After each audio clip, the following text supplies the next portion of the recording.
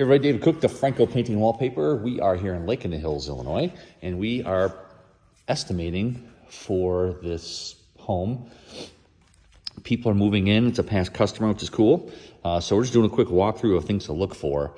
So initially, I'm standing up here because I can see almost every room. So in the upper room up there, they have ceiling hooks. So those are going to go away, which is kind of bad because that means once we patch those, the whole ceiling has to get done, which doesn't really matter because right between these two lights, there's a crack. So I don't know if they put these lights in after, there's a crack that goes all the way down. So no matter what now, this whole ceiling's pretty much getting painted.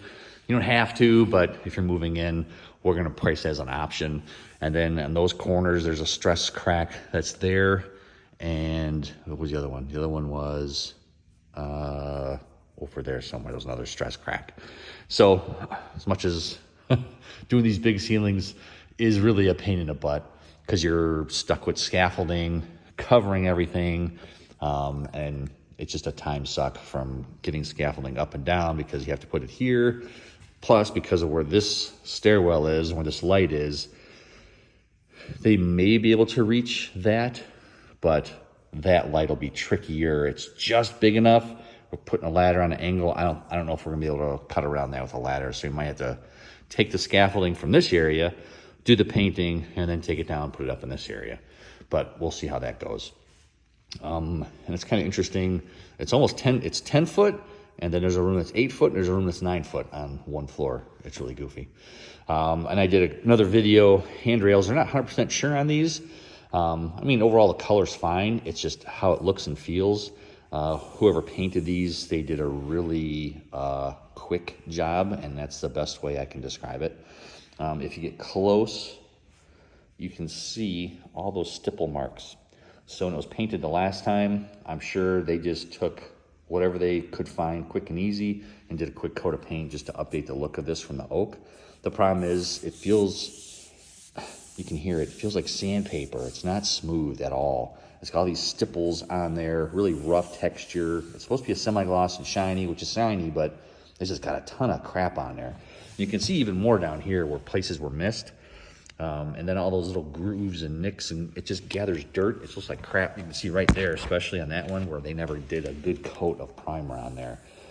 So we're gonna do an option because I think we sand this. We don't have to use a ton of sanding, but just get something on there to get rid of that stipple, and then use a good emerald urethane or advanced urethane, and that'll flatten out really, really nice to get rid of that stipple effect on there. Color-wise, we're still figuring out colors. We're not doing any base trim but walls, and then again into ceilings again where they continue, because if you can see there, you get cracks. And where's the other one? Oh yeah, there's another one there. There's another stress crack. Overall, everything's in really good shape, but that's the stuff we're looking for more than anything is stress cracks. Curtains, are the curtains coming or going? I already talked about the trim there. Kitchen overall, it's easier, but those are the big ones where the stress cracks. If you have to have scaffolding, and then depends on what you want for a finish. So this is probably an eggshell finish. You can see where some wall repairs were made before. So if we're gonna float those out, that'll, definitely add a little bit more to it because it's kind of where do you stop and what do you want to look at. Upstairs, there wasn't really much damage. Again, you can see here where someone did some kind of repairs, used the wrong paint, so it looks kind of wonky. But there's really not a lot of repairs on the walls itself. Corner bead cracks that you would normally see when you're walking through, these are actually really clean. It's just places where they did repairs and they just stick out like a sore thumb.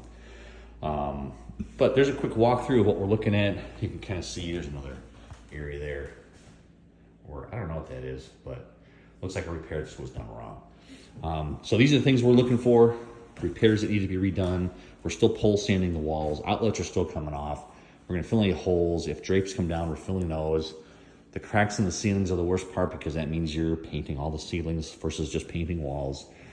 And then the other thing we're doing is painting vanities to match, because these are all the cabinets here are painted. They have two vanities that we're not, so we're gonna paint those.